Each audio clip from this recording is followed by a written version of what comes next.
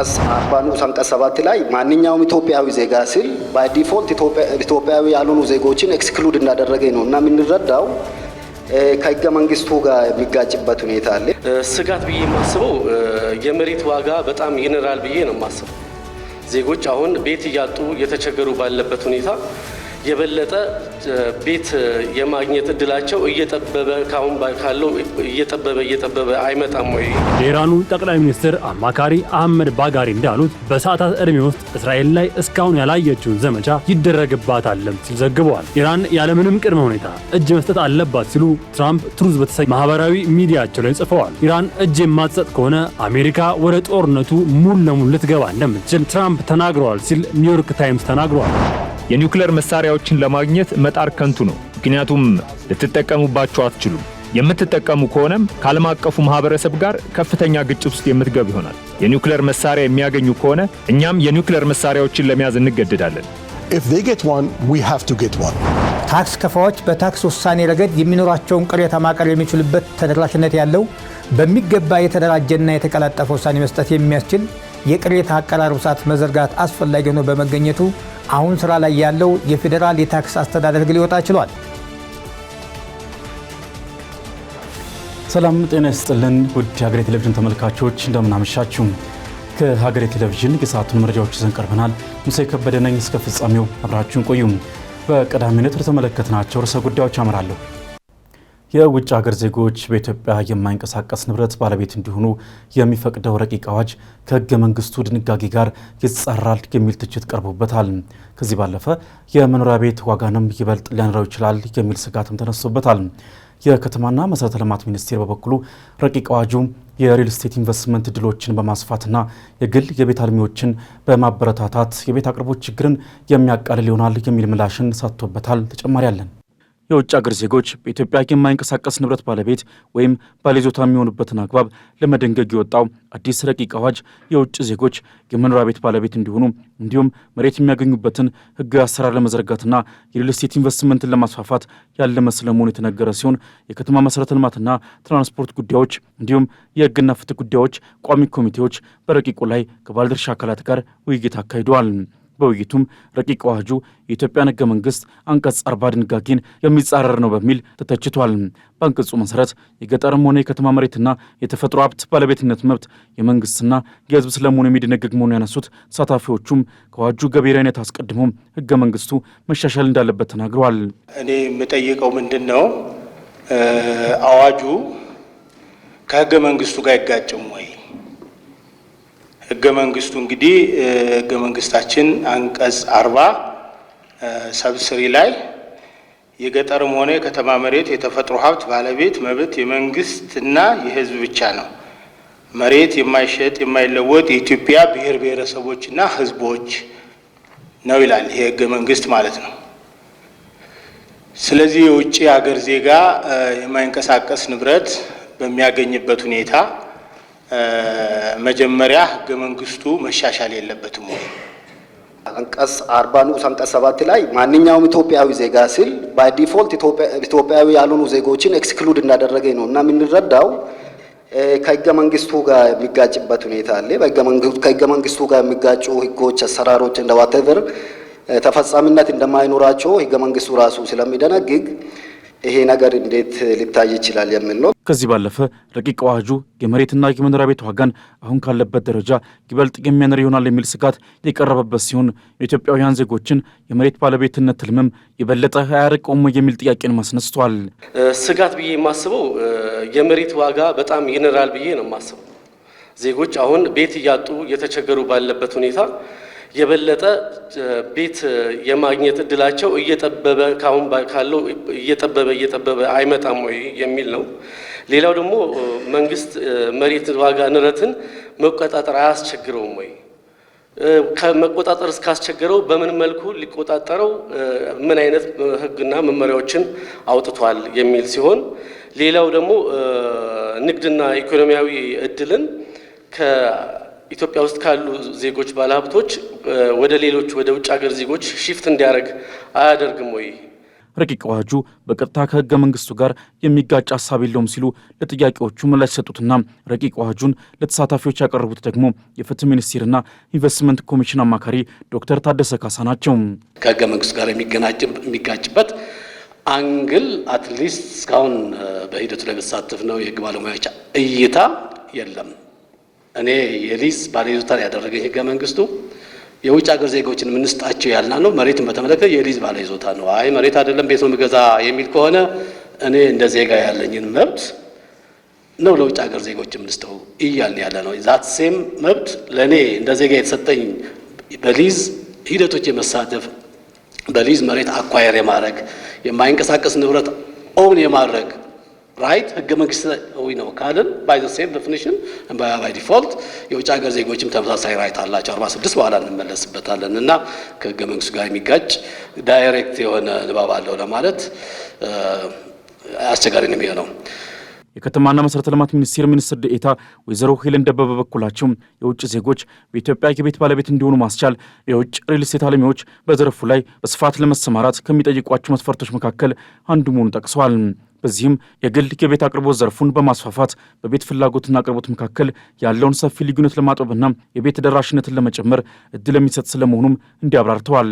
ትልቅ ያው ካፒታል አላቸው የሚባሉ ሀገራት ይመጣሉ እኛ ሀገር ላይ በተለይ ሃውሲንግ ዘርፉ ላይ መተን ኢንቨስት እናደርጋለን ይላሉ።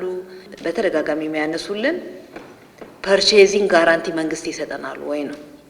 ይሄን ሁሉ ኃላፊነት ወስደን እዚህ ሀገር ላይ ኢንቨስት ብናደርግ ኢንቨስት ያደረግነው ተመልሶ የማይሸጥ ከሆነ የሚገዛ ሰው ማይኖር ከሆነ ለምን ኢንቨስት እናደርጋለን? ይሄ ጋራንቲ መንግስቱ ይወስዳል ወይ ነው። ይሄ ለፎሬነር ሲከፈት አንዱ ማርኬት ነው። ገዢ አለ ፐርቼዘር አለ የሚለውን ይገልጽልናል ማለት ነው። ስለሆነም ሳቢነቱን ይጨምራል። በዚህ መንገድ በጣም ብዙ ተያያዥ ቀጥተኛና ቀጥተኛ ያልሆኑ እድሎችን ለዚህ ዘርፍ የሚፈጥርና የሚፈቅድ ስለሆነ ዘርፉን በትልቁ ያነቃቃል የሚል እምነትም አለን ማለት ነው። ረቂቅ አዋጁ የውጭ ሀገር ዜጎች $150,000 አነስተኛ የገንዘብ መጠንንና ሌሎች ቅድመ ሁኔታዎችን ካሟሉ በኢትዮጵያ የመኖሪያ ቤት ባለቤት እንዲሆኑና የመኖሪያ ፈቃድ እንዲያገኙ የሚያስችላቸው መብት የሚሰጥ ስለመሆኑም ተነግሯል። በሰሜኑ ጦርነት የተፈናቀሉ ሰዎች ወደ ቀያቸው እንዲመለሱ የሚጠይቅ ሰላማዊ ሰልፍ በመቀሌ ከተማ እየተካሄደ መሆኑ ተሰምተዋል። እስካሁን ተፈናቃዮችን ለመመለስ በቂ ጥረት አልተደረገም ያሉት ሰልፈኞች ከቀያቸው ተፈናቅለው ሱዳን ውስጥ የሚገኝ ስደተኞችም ለከፍተኛ ችግር መጋለጣቸውን ተናግረዋል። እሱ ባለው ጋሻው የሰሜኑ ጦርነት በፕሪቶሪያው የሰላም ስምምነት መሰረት ከተቋጨ በኋላ መነጋገሪያ ሆነው ከቀጠሉ ጉዳዮች መካከል የተፈናቃዮች ጉዳይ ከቀዳሚዎቹ ተርታ ይጠቀሳል። ሀገሬ ቴሌቪዥን ባለፈው ጥር ወር በትግራይ ክልል በነበረው ቅኝትም ወደ ቀያችን መልሱን የሚሉ ተፈናቃዮች ያደረጉትን ሰላማዊ ሰልፍ መመልከት ችሎ ነበር። ሰላማዊ ሰልፉን ሲያስተባብሩ ያገኘናቸው የጽላል የሲቪል ማህበረሰብ ድርጅት ዋና ስራ አስኪያጅ አቶ ጸጋዬ ተጠምቀ ተፈናቃይ ወገኖች ከፍተኛ ችግር እያጋጠማቸው ነው፣ ወደ ቀያቸው ሊመለሱ ይገባል የሚል ድምጻቸውንም ያሰሙ ነው ሲሉ ገልጸው ነበር። ህዝባችን እየጠፋ ነው ያለው፣ በስደት በረሃብ በበሽታ እያለቀ ነው ያለው። ቤቱን ጥሎ ከመጣ 4 ዓመት አልፎታል። ወደ 5ኛው ክረምት እየተጠጋን ያለ ነው። ለዚህ ለምንድን ነው የሚል ትልቅ ቅሬታ አለብን። ከ5 ወራት በኋላ ጥያቄያችሁ ምላሽ ያገኘ ወይ ስንል አቶ ጸጋዬን ዳግም ጠይቀናል። ከ1 ሚሊዮን የማያንሱ ሰዎች አሁንም በተለያዩ ቦታዎች በችግር ላይ ናቸው ሲሉ የመለሱት አቶ ጸጋዬ ከወራት በፊት ላቀረቡት ጥያቄ እስካሁን የተገኘ ምላሽ አለመኖሩን ገልጸዋል። ከ1 ሚሊዮን በላይ ህዝብ የተፈናቀለና የተሰደደ ህዝብ ነው ያለው። እንደ ሰብአዊነት ታስቦ የነበረበት ቦታው መመለስ አሴ ፖለቲካል ቱል መያዝ የለበትም። የሰብአዊነት ጥያቄና ግዴታ ነው ብለን ጠይቀን ነበረ። ከዛ የተሰጠን ምንም አይነት መልስ የለም። ከዚሁ ከትግራይ አድሚኒስትሬሽንም ሆነ ከፌደራል መንግስት የተሰጠን ምላሽ ሆነ ጅማሬዎች ምንም ያየነው ነገር የለም። በጥቅምት ወር 2015 ዓ.ም ፕሪቶሪያ ላይ የተፈረመው የሰላም ስምምነት ተፈናቃዮች ወደ ቀያቸው እንዲመለሱ የሚያደርግ ማዕቀፍ ያለው ቢሆንም እስካሁን ተግባራዊ ምላሽ አለመገኘቱንም ነው ስራ አስኪያጁ አክለው ያነሱት። በዚህም በትግራይ ክልል ውስጥ እንዲሁም ሱዳን ውስጥ በስደት ላይ የሚገኙ ተፈናቃይ ወገኖች በከፍተኛ ችግር ውስጥ መሆናቸውን ጠቁመዋል።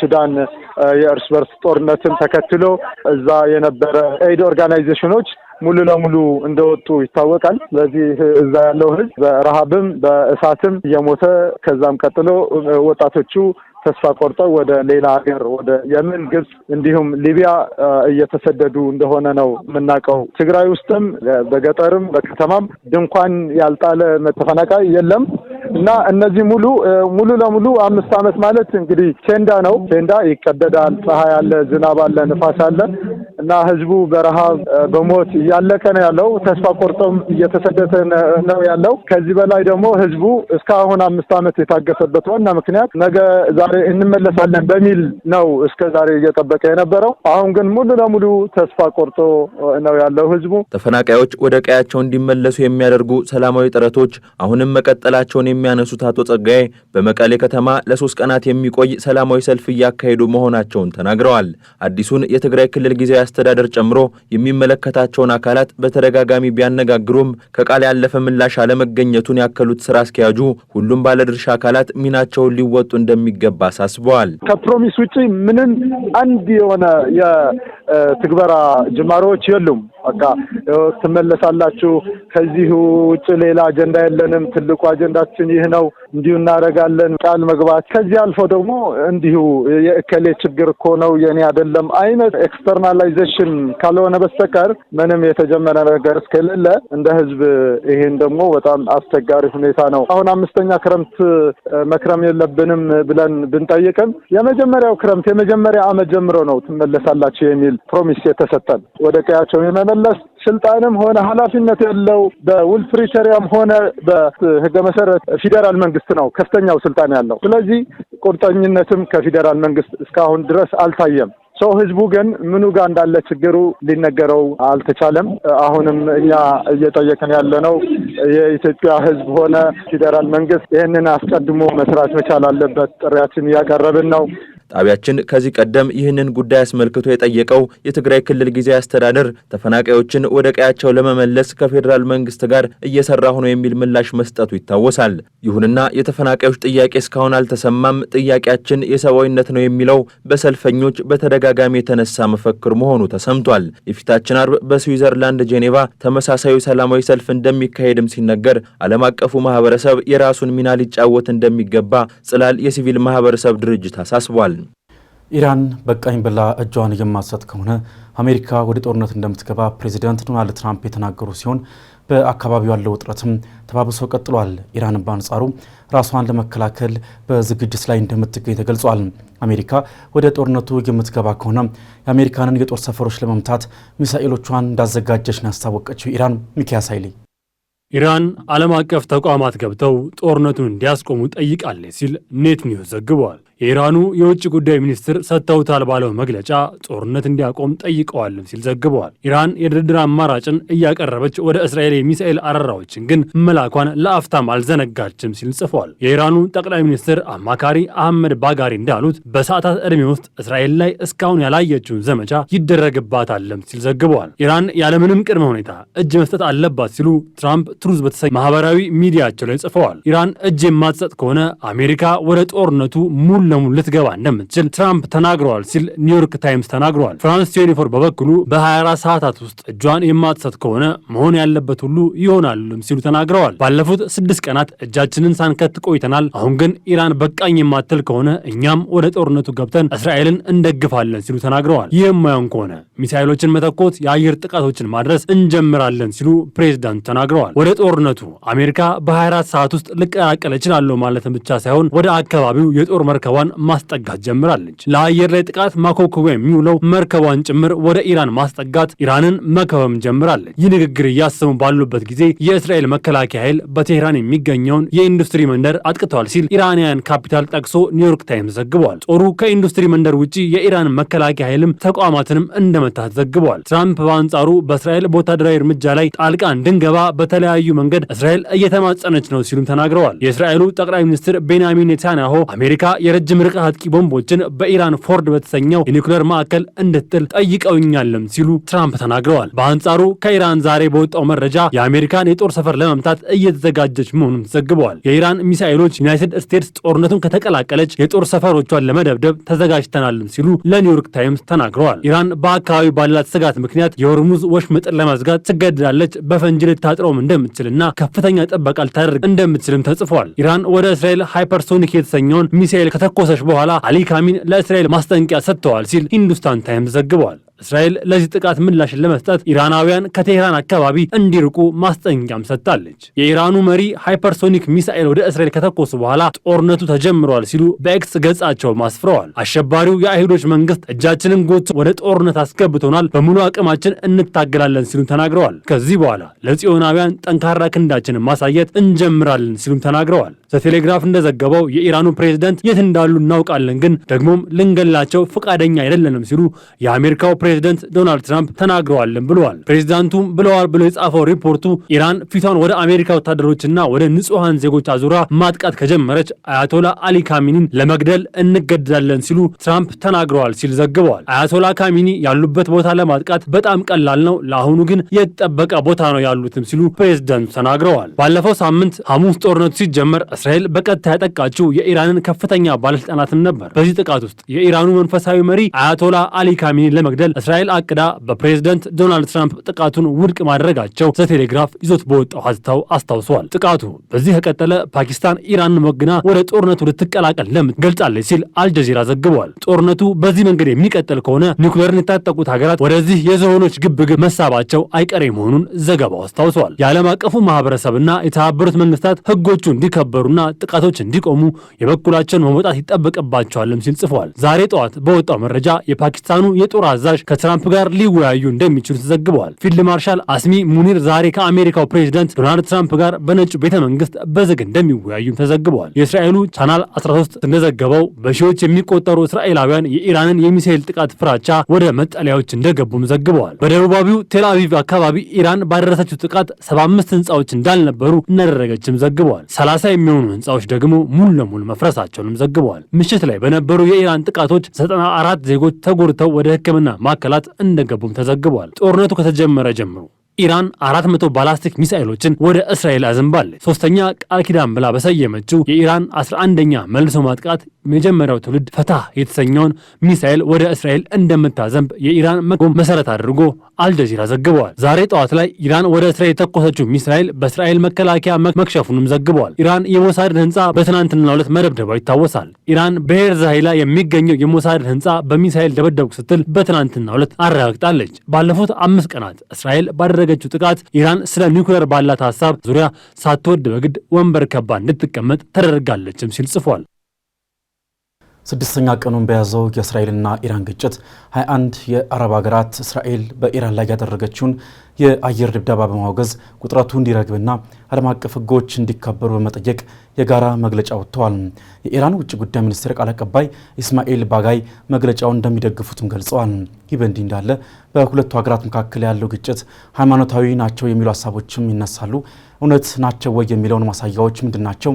በሰፊው ዳሰነዋል። ኃይለ ገብርኤል ታደሰ 6ኛ ቀኑን በያዘው የእስራኤልና ኢራን ግጭት 21 የአረብና የሙስሊም ሀገሮች እስራኤል በኢራን ላይ ያደረገችውን የአየር ድብደባ በማውገዝ ውጥረቱ እንዲረግብና ዓለም አቀፍ ሕጎች እንዲከበሩ በመጠየቅ የጋራ መግለጫ ማውጣታቸውን የግብጽ መንግስታዊ ዜና ወኪል ሜና ዘግበዋል። ይህ መግለጫ የወጣው የግብጽ የውጭ ጉዳይ ሚኒስትር ባድር አብደላቲ በአካባቢው ካሉ አቻዎቻቸው ጋር ከተወያዩ በኋላ ነው። ሀገራቱም ተርኪ፣ ዮርዳኖስ፣ የተባበሩት አረብ ኤምሬትስ፣ ፓኪስታን፣ ባህሬን፣ ብሩኔይ፣ ቻድ፣ ጋምቢያ፣ አልጄሪያ፣ ኮሞሮስ፣ ጅቡቲ፣ ሳውዲ አረቢያ፣ ሱዳን፣ ሶማሊያ፣ ኢራቅ፣ ኦማን፣ ኳታር፣ ኩዌት፣ ሊቢያ፣ ግብጽ እና ሞሪታኒያ ናቸው። የውጭ ጉዳይ ሚኒስቴሮቹ እስራኤል በኢራን ምድር ላይ የፈጸመችው ጥቃት የዓለም አቀፍ ሕግና የተባበሩት መንግስታት ቻርተርን የጣሰ መሆኑን በመግለጽ ትችት ሰንዝረዋል። የጋራ መግለጫቸው ግጭቶችን ሰላማዊ በሆነ መንገድ በመፍታት ብሔራዊ ሉዓላዊነትን፣ የግዛት አንድነትንና የመልካም ጉርብትና መርሆችን ማክበር አስፈላጊ መሆኑን አጽንኦት ሰጥቷል። ሚኒስቴሮቹ ግጭቱን በከፍተኛ ሁኔታ እየተባባሰ መምጣቱን በተመለከተ በጥልቅ እንዳሳሰባቸው ገልጸው ለክልላዊ ደህንነትና መረጋጋት ከባድ ጉዳት ሊያስከትል እንደሚችል አስጠንቅቀዋል። እስራኤል በኢራን ላይ የሰነዘረችውን ጥቃት በአፋጣኝ እንዲቆምና ሙሉ በሙሉ ግጭቱ እንዲቆም ለማድረግ የሚያስችሉ መጠነ ሰፊ እርምጃዎች እንዲወሰዱ አሳስበዋል። የኢራን ውጭ ጉዳይ ሚኒስቴር ቃል አቀባይ ኢስማኤል ባጋይ የ21 የአረብና እስላም ሀገራት ውጭ ጉዳይ ሚኒስቴሮች ያወጡትን የጋራ መግለጫ እንደሚደግፉት ገልጸዋል። እስራኤል ወታደራዊና የኒኩሌር ስፍራዎችን ጨምሮ በመላው ኢራን የሚገኙ የተለያዩ ቦታዎች ላይ የተቀናጀ የአየር ድብደባ ካካሄደችበት ዕለት ወዲህ በአካባቢው ያለው ውጥረት ተባብሷል። ይህም ቴሄራን የበቀል ጥቃት እንድትፈጽም አድርጓታል። በሁለቱ ሀገራት መካከል ከተጀመረው ግጭት ባሻገር ግን በርካቶች ግጭቱን ሃይማኖታዊ መሰረት እንዳለው ሲያነሱ ይስተዋላል። እውነት ሃይማኖታዊ ምክንያቶች ናቸው ወይ የሚያጋጫቸው የሚለውን በተመለከተም ከሀገራቱ ጀርባ ያሉ ደጋፊዎችን መመልከት ይፈልጋል። በርካታ ሀገራት ግጭቱ ወደ ሀገራቸው እንዳይስፋፋም ሆነ በሌላ ምክንያት የእስራኤልን ጥቃት አውግዘዋል። ሌሎች ደግሞ ወደ ስምምነት እንዲመጡ ጠይቀዋል። እንደ አሜሪካ ያሉ ሀገራት በበኩላቸው የኢራንን የኒኩለር ጦር መሳሪያ ባለቤትነት በመቃወም ኢራንን ሲወቅሱ ይታያሉ። የሳውዲው መሪ ቢን ሳልማን ከዚህ ቀደም ከፎክስ ኒውስ ጋር በነበራቸው ቆይታ ኢራንን በስጋትነት እንደማያዩት አነስተው ነበር። የኢራን የኒኩለር መታጠቅ በቅንነት እንደማይመለከቱትም አነስተውት ነበር። ቃል በቃልም ኢራን ኒኩለር እንድትታጠቅ አንፈልግም፣ ነገር ግን ኢራን አንድ ኒኩለር መሳሪያ ከታጠቀች እኛም አንድ እንታጠቃለን ማለታቸው የልዩነታቸው ማሳያ ተደርጎ መቅረብ የሚችል ነው። የኒውክሌር መሳሪያ የሚያገኝ ማንኛውም ሀገር ያሳስበናል። አደገኛ እርምጃ ነው። የኒውክሌር መሳሪያዎች የግድ አስፈላጊ አይደሉም፣ ምክንያቱም ጥቅም ላይ ሊውሉ የማይችሉ በመሆናቸው። ዓለም ሌላ ሂሮሺማ ማየት አይችልም። ዓለም 100 ሺህ ሰዎች ሲሞቱ የሚመለከት ከሆነ ከተቀረው የዓለም ክፍል ጋር እየተዋጋህ እንዳለህ ማወቅ አለብህ። ስለሆነም የኒውክሌር መሳሪያዎችን ለማግኘት መጣር ከንቱ ነው፣ ምክንያቱም ልትጠቀሙባቸው አትችሉም። የምትጠቀሙ ከሆነም ከዓለም አቀፉ ማህበረሰብ ጋር ከፍተኛ ግጭት ውስጥ የምትገቡ ይሆናል። የኒውክሌር መሳሪያ የሚያገኙ ከሆነ እኛም የኒውክሌር መሳሪያዎችን ለመያዝ እንገደዳለን። ሌላኛዋ ዮርዳኖስ ነች። ዮርዳኖስ ኢራን በእስራኤል ላይ የምታስወነጭፋቸውን ሚሳኤሎች በመመከት ረገድ በእስራኤልና አሜሪካ ጎን ተሰልፋ ታይታለች። ምንም እንኳን ራሴን ለመከላከል ነው የሚል አመክንዮ ብታቀርብም እስከ አውሮፓውያኑ 1970ዎቹ መጨረሻ ድረስ በእስራኤልና በኢራን መካከል የነበረው ግንኙነት ከሌሎች የመካከለኛው ምስራቅና የባህረ ሰላጤው ሀገራት በተለየ መልኩ የሚባል ነበር። እስራኤል በ1948 ላይ ከተመሰረተች በኋላ ከግብጽ በመቀጠል ለይሁዳዊቱ ሀገር እውቅና በመስጠት ሁለተኛዋ እስላማዊት ሀገር የነበረችው ኢራን ናት። እንደ አውሮፓውያን አቆጣጠር 1979 ላይ የኢራን እስላማዊ አብዮትን ተከትሎ መንግስታዊ ለውጥ ሲደረግ በሁለቱ ሀገራት መካከል ያለው ልዩነት መልኩን ቀይሯል። ዶናልድ ትራምፕ ውጥረቶችን ለማርገብ ያለመ የአብርሃም ስምምነትን በእስራኤልና በተባበሩት አረብ ኤምሬቶች እንዲሁም በእስራኤልና በባህሬን መካከል እንዲፈረም በማድረግ በአረብ ሀገሮችና በእስራኤል መካከል ያለውን ግንኙነት መደበኛ ለማድረግ የተደረገ ስምምነት ነው። በመጀመሪያ እስራኤልና የተባበሩት አረብ ኤምሬትስ መካከል ያለው ነሐሴ 2020 ይፋ ሲደረግ በመቀጠል መስከረም 2020 በእስራኤልና በባህሬን መካከል ስምምነት መደረጉ ይፋ ተደርጓል። ሌላኛው በአሁኑ በሁለቱ ሀገራት መካከል ያለው ግጭት ከሃይማኖት ይልቅ የጥቅም መሆኑን በማስረጃነት የሚቀርበው በአብዛኛው የምስራቅ ኦርቶዶክስ ተከታይ የሆነችው ሩሲያ ለኢራን ያላትን አጋርነት ማሳየቷ ነው። ምንም እንኳን በዲፕሎማሲያዊ ምክንያቶች እስራኤልን በጠላትነት ባትፈርጅም እስራኤል በኢራን ላይ ጥቃት ከሰነዘረች በኋላ ባሉት ሰዓታት ውስጥ አብዛኞቹ ከእስላማዊ ሪፐብሊክ ጋር የማይጣጣሙ ሀገራት እስራኤል የወሰደችውን እርምጃ ወዲያውኑ አውግዘዋል። የተባበሩት አረብ ኤምሬትስን በበኩሏ እንዳይስፋፋ ስጋት እንዳላት ገልጻለች። ይሁን እንጂ በአካባቢው የሚገኝ አንድ ትልቅ ሚናን መጫወት የሚችል አካል ግን ዝምታውን መርጧል። በፕሬዝዳንት አህመድ አልሻራ የሚመራው የሶሪያ አዲሱ መንግስት ዝምታ ተንታኞች እንደሚጠቁሙት አማጽያኑ የአሳድን አገዛዝ በታህሳስ ወር ከገለበጡ ወዲህ በሀገሪቱ ያለውን ጂኦፖለቲካዊ ገጽታ ምን ያህል እንደተቀየረ የሚያሳይ ነው ብለዋል። የቀደመው አገዛዝ በአካባቢው ካሉት የኢራን የቅርብ አጋሮች አንዱ ሲሆን ኢራን ጸረ እስራኤል ሚሊሻዎችን በማቋቋም ወሳኝ ድጋፍን ሰጥቷል። ይሁን እንጂ አዲሱ መንግስት ስልጣን ከያዘ በኋላ የኢራን የውክልና ኃይሎች በሶሪያ እንዲንቀሳቀሱ እንደማይፈቅዱ በጥብቅ ገልጾ ማንኛውም የታጠቁ ቡድኖች ከሶሪያ ግዛት በእስራኤል ላይ ጥቃት እንዳይፈጽሙ እንደሚከላከል ቃል ገብቷል። ይህም የአልሻራ ከምዕራባውያን ሀገሮች ድጋፍ ለማግኘት ያደረጉት ሙከራ አንዱ ክፍል ነው ተብሎም ታምኗል። ሆኖም ግን ለረጅም ጊዜ ለዘለቀው የኢራን ጥላቻ ምላሽ እንደሆነም ይቆጠራል። ምክንያቱ ደግሞ በሽር አልአሳድ በሶሪያ የ14 ዓመት የእርስ በርስ ጦርነት ወቅት አማጽያኑ ቡድኖች ጋር በሚያደርገው ውጊያ ወታደራዊ እርዳታን ከኢራን ተሰጥቶታል በሚል ነው። በአሁኑ ወቅት በእስራኤልና በኢራን መካከል የተፈጠረው ውጥረት የሶሪያ ባለስልጣናት ቃል ኪዳናቸውን እንደሚፈጽሙ ለማሳየትና አልሻራ ስልጣን ከተረከቡበት ጊዜ ጀምሮ ለማግኘት ሲሞክሩ የነበረውን የምዕራቡን ድጋፍ ለማረጋገጥ እድል ሰጥቷቸዋል ተብሏል። በዋሽንግተን የመካከለኛው ምስራቅ ተቋም ከፍተኛ ስራ ባልደረባ የሆኑት ኢብራሂም አሎሲስ እንዲህ ብለዋል። የሶሪያ ዝምታ ለእስራኤልና ለአሜሪካ ሶሪያ የዚህ ቡድን አካል እንዳልሆነችና የሶሪያ መሬት በእስራኤል ላይ ጥቃት ለመሰንዘር የትኛውም ክልላዊ ኃይላት እንደማትጠቀም የሚያሳይ ጠንካራ ምልክት ነው ብለዋል። አዲሱ የሶሪያ መንግስት ይህንን ቃል ገብቷል፣ አሁንም እያሳዩት ነው ሲሉ ጠቅሰዋል። ከዚህ በላይ አዲሱ አመራር ከተቆጣጠረበት ጊዜ አነስቶ ሶሪያ ከእስራኤል ጋር ለመሳተፍ ቀደም ሲል ሊታሰብ የማይችል ፈቃደኝነትን አሳይታለች ተብሏል።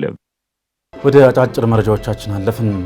የኢትዮጵያ ሰራተኛ ማህበራት ኮንፌዴሬሽን ወራዊ ደሞዛቸው እስከ 8384 ብር የሆኑ ሰራተኞች ከግብር ነፃ እንዲሆኑ ጠየቀም። የኢሰማኮ ፕሬዝዳንት ካሳሁን ፎሎ ከሪፖርተር ጋዜጣ ጋር በነበራቸው ቆይታ ተቀጣሪ ሰራተኞች ላይ የሚጣለው የገቢ ግብር ከ8384 ብር እንዲጀምር መንግስትን መጠየቃቸውን ተናግረዋል። አቶ ካሳሁን አክለውም በዓለም ባንክ መረጃ መሰረት ዕለታዊ ገቢው ከ$3 በታች የሆነ ሰው ድሃ በመሆኑ የመንግስት የገቢ ግብር በዚህ ወለል ስር ያሉ ተቀጣሪዎችን ታሳቢ ሊያደርግ ይገባል ብለዋል። በማናቸውም ቀጣሪ ተቋማት የሚሰሩ ሰራተኞች በወር ከ8384 እስከ 22974 ብር ደሞዝ የሚያገኙ ሰራተኞች 10 በመቶ ብቻ እንዲከፍሉ እንዲሁም ከ150,108 ብርና ከዚያ በላይ የሚከፈላቸው ደግሞ ከፍተኛ ወለሉ 35 በመቶ የገቢ ግብር እንዲከፍሉ መጠየቃቸውን ተናግረዋል።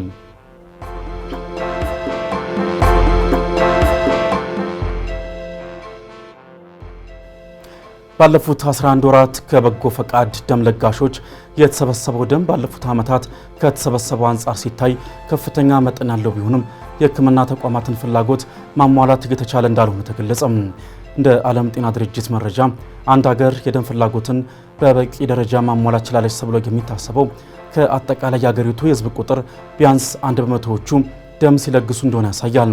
በዚህ ዓመት የተሰበሰበው የደም መጠን 378500 ዩኒት ደም ቢሆንም ከፍላጎቱ አኳያ ሲታይ ግን ዝቅተኛ መሆኑን የኢትዮጵያ ደምና ህብረ ሕዋስ ባንክ ምክትል ዋና ዳይሬክተር አቶ ሀብታሙ ታዬ ለሀገሬ ቴሌቪዥን ተናግረዋል። በአንዳንድ ክልሎች ለዘርፉ የሚደረገው የበጀት አቅርቦት ማነስ እንዲሁም ለደም ልገሳው የሚያስፈልጉ ቁሳቁሶች አለመሟላት እየተሰበሰበ ያለው የደም መጠን በሚፈለገው ደረጃ እንዲያድግ ካደረጉት ምክንያቶች መካከል ተጠቃሽ ናቸው ብለዋል።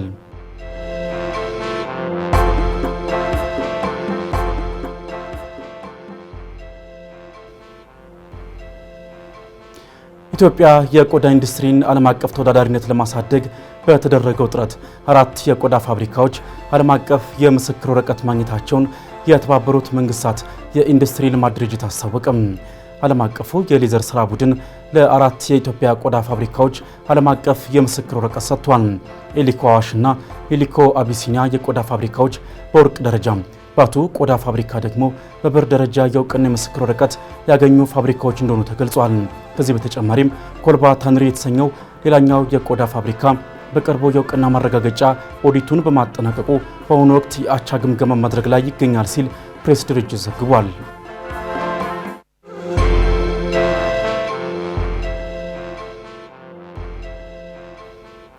የሱዳን ጠቅላይ አቃቤ ሕግ አልፈትህ ታይፉር ለመጀመሪያ ጊዜ ይፋ ባደረጉት ቁጥራዊ መረጃ በሱዳን መንግስትና በፈጥኖ ደራሽ ኃይሉ መካከል በተደረገው ጦርነት ከ28000 በላይ ሰዎችን ፈጥኖ ደራሽ ኃይሉ እንደገደለና 968 የጅምላ መቃብሮችን ማግኘታቸውን ገልጸዋል። እንደ አቃቤ ሕጉ ገለጻ በፈጥኖ ደራሽ ኃይሉ በተደረገው ጥቃት 28613 ንጹሃን ሰዎች እንደተገደሉ እንዲሁም 43575 ዜጎች ደግሞ ለከባድ ጉዳት መዳረጋቸውን በጄኔቫ ለሰብአዊ መብቶች ምክር ቤት ተናግረዋል። አቃቤ ሕጉ አክለውም በፈጥኖ ደራሽ ኃይሉ የዘር ማጥፋት፣ የጦር ወንጀልና ሽብርተኝነት 3997 መዝገቦች ተጠናቀው ለብሔራዊ ፍርድ ቤት መቅረባቸውን ተናግረዋል።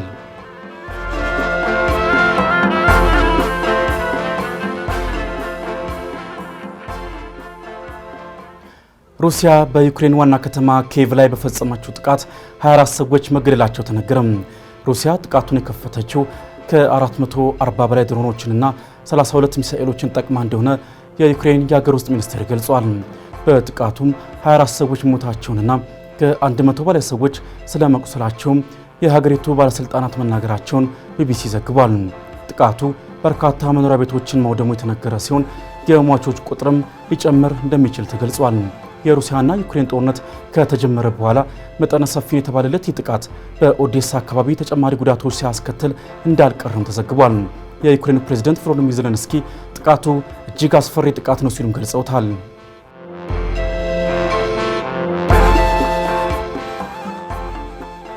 በኢትዮጵያ ጀማሪ የንግድ ሥራ ፈጣሪዎችን እስከ 5 ዓመት ከገቢ ግብር ነፃ የሚያደርግ የአዋጅ ረቂቅ ለቋሚ ኮሚቴ ተመርቷል። አዋጁን ተፈጻሚ ለማድረግ በኢንቨስትመንት ሆልዲንግ ስር ብሔራዊ የኢኖቬሽን ፈንድ መቋቋሙ ተነግሯል። ፈንዱ የፋይናንስ አቅርቦትና ሌሎች ጉዳዮችን የማመቻቸት ኃላፊነትም ይጣልበታል ተብሏል። አልታየ ኪዳኔ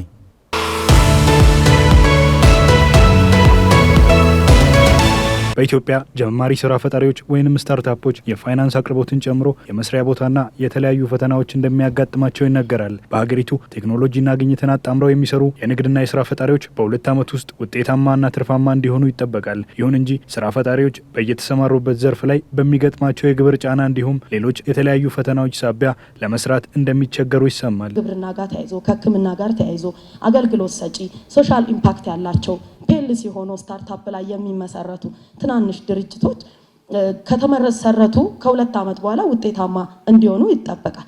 እንደምታውቁት እንደዚህ አይነት ድርጅቶች ስታርታፕ ላይ ሲሆኑ 2 ዓመት በጣም ትንሽ ነው። ከ2 ዓመት በኋላ ፍቃድ አይታደስላቸው እንደገና ህይወትን ከዜሮ እንዲጀምሩ ይገደዳሉ፣ ወይም ደግሞ ያንን ያላቸውን ነገር ኮላፕስ እንዲያደርጉ ይደረጋል። ለምሳሌ እንደ ኢትዮጵያ ነጋዴ ሴቶች ባወራ ኢትዮጵያ ነጋዴ ሴቶች ውስጥ ብዙ ስታርታፕ ላይ ያሉ ሴቶች አሉ፣ ብዙ ነገሮችን እያደረጉ ያሉ አሉ እና ያ ከ2 ዓመት በኋላ ፍቃድ አይታደስላችሁም የሚለው ነገር በጣም አስደንጋጭ ነው ለነሱና ይሄ ነገር የግድ አትራፊ መሆን አለባችሁ ይባላልና ይሄንን ነገር አይታችሁ ማሻሻያ ብታደርጉለት።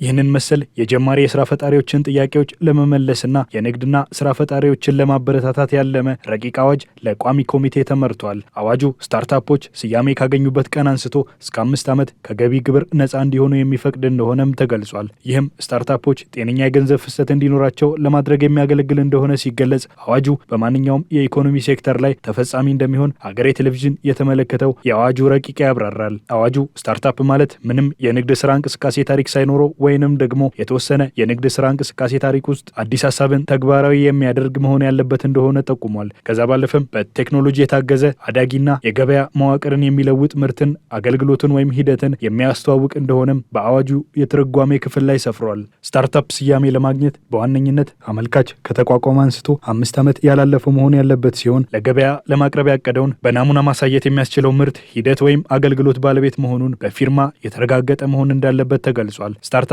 መስራቹ ቢያንስ 25 ከመቶ የካፒታል ድርሻ ያለው መሆን ያለበት የተባለ ሲሆን እነዚህ ቅድመ ሁኔታዎች ተሟልተው ሲገኙና የቀረበው ማመልከቻ ተቀባይነት ያለው ሆኖ ሲገኝ የስያሜ ምስክር ወረቀት የሚሰጠው እንደሆነም ተመላክቷል። ይህንን አዋጅ ተፈጻሚ ለማድረግ ብሔራዊ የኢኖቬሽን ፈንድ የተቋቋመ ሲሆን ፈንዱ በኢንቨስትመንት ሆልዲንግ እንደሚመራና ሀሳብ አመንጪዎች ሀሳባቸውን ወደ ተግባር ሊለውጡ የሚችሉበት አማራጭ የፋይናንስ ምንጭ ሆኖ የሚያገለግል እንደሆነም ተመላክቷል። ስያሜ ያለው ስታርታፕ በገቢ ግብር ነፃ በሆነበት ዘመን ኪሳራ ያጋጠመው እንደሆነ ይህ ኪሳራ የግብር እፎይታው ከተጠናቀቀ በኋላ ባለው ጊዜ የእፎይታውን ዘመን ግማሽ ለሚሆን የግብር ጊዜ ኪሳራውን ለማሸጋገር የሚችል ሲሆን ከዛ ባለፈም ለባለ አክሲዮኖች በሚከፈል የትርፍ ድርሻ ላይ ከሚጣል የገቢ ግብር ነፃ እንዲሆን እንደሚደረግ ተነግሯል። የሕዝብ ተወካዮች ምክር ቤት ትላንት ሰኔ 10 ቀን 2017 ዓ.ም ባካሄደው ስብሰባ የስታርታፕ ረቂቅ አዋጅን መርምሮ ለሰው ሀብት ልማት ስራ ስምሪትና ቴክኖሎጂ ጉዳዮች ቋሚ ኮሚቴ በሙሉ ድምፅ መርቶታል።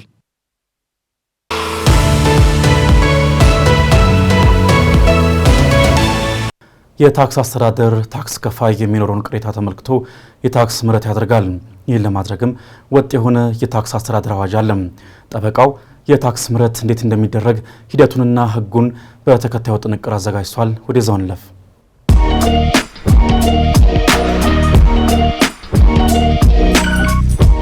ጤና ይስጥልን። ጠበቃ እንዳርጌ ካሴ ነኝ።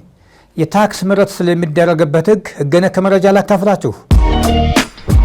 የታክስ አስተዳደር ይበልጥ ቀልጣፋ፣ ውጤታማና ተገማችነት ያለው እንዲሆን ለማድረግ የአገር ውስጥ ታክሶች ሁሉ የሚመሩበት ራሱን የቻለ የታክስ አስተዳደር አዋጅ እንዲኖር ማድረግ በማስፈለጉ በታክስ ሕጎች አተረጓጎም ረገድ በታክስ አስተዳደር ውስጥ በሚፈጠረው ልዩነት ምክንያት ታክስ ከፋዩ ሲያጋጥመው የነበረውን እንግልት ለማስቀረት የሚያስችል ወጥነት ያለው የአተረጓጎም ስርዓት እንዲኖር ማድረግ የሚያስፈልግ በመሆኑ ታክስ ከፋዮች በታክስ ውሳኔ ረገድ የሚኖራቸውን ቅሬታ ማቅረብ የሚችሉበት ተደራሽነት ያለው በሚገባ የተደራጀና የተቀላጠፈ ውሳኔ መስጠት የሚያስችል የቅሬታ አቀራረብ ስርዓት መዘርጋት አስፈላጊ ሆኖ በመገኘቱ አሁን ስራ ላይ ያለው የፌዴራል የታክስ አስተዳደር ሕግ ሊወጣ ችሏል። ታክስ የመክፈል ግዴታ የዜግነት ግዴታ ነው የሚባለው ታክስ ከፋዩ በተለያዩ መንገድ ማለትም እንደ ትምህርት ቤት፣ ሆስፒታል በመሳሰሉ ወሳኝ ተቋማት ተጠቃሚ ይሆናል በሚል እሳቤ ቢሆንም አሁን ከታክስ ጋር የተያያዙ ክፍያዎች እየጨመሩ ከመሄዳቸው የተነሳ ንግድ ፈቃድ ለመመለስ የሚሯሯጥ ሰው የለም አይባልም። ወደ ታክስ ምህረት ስንሄድ ባልተጠበቀ የተፈጥሮ አደጋ ወይም ጥፋት ምክንያት ወይም ከታክስ ከፋዩ ቸልተኝነት ወይም ማንኛውም ጥፋት ጋር ባልተገናኘ ሁኔታ የተፈጠረ ከባድ የግል ችግር ምክንያት ታክስ ከፋው የሚፈለግበት ታክስ በሙሉ እንዲከፍል ማድረግ የሚያቋቋመው ከባድ ችግር የሚያስከትልበት መሆኑን በታክስ ከፋው ሞት ምክንያት ታክስ ከፋዩ መክፈል የሚኖርበትን ታክስ በሙሉ እንዲከፍል ማድረግ በታክስ ከፋው ጥገኞች ላይ ከባድ ችግር የሚፈጠር መሆኑን ሲታመንበት ነው። ሚኒስትሩ ታክስ ከፋይ ወይም የሟችን ታክስ ከፋይ ንብረት የሚያጣራው ውርስ አጣሪ መክፈል የሚኖርበትን ታክስና ከዚህ ታክስ ጋር በተገናኘ ለዘገየ ክፍያ የሚጠየቀውን ወለድ በሙሉ ወይም በከፊል እንዳይከፈል ሊፈቀድ ይችላል። ታክስ ከፋዩን ወይም የሟቹን ንብረት የሚያጣራውን ውርስ አጣሪ ከታክስ ዕዳ ነፃ የሚያደርገውን ውሳኔ የሰጠው በቀረበለት የተጨበረበረ ወይም አሳሳት መረጃ ላይ በመመስረት ከሆነ በምህረቱ ቀሪ የተደረገው የታክስ ምህረት ከመሰጠቱ በፊት ወደ ነበረበት ሁኔታ በመመለስ ታክስ ከፋዩ ከታክስ ዕዳ ነፃ እንዳልተደረገ ተቆጥሮ ሕጉ ተፈጻሚ ይሆናል። አመሰግናለሁ።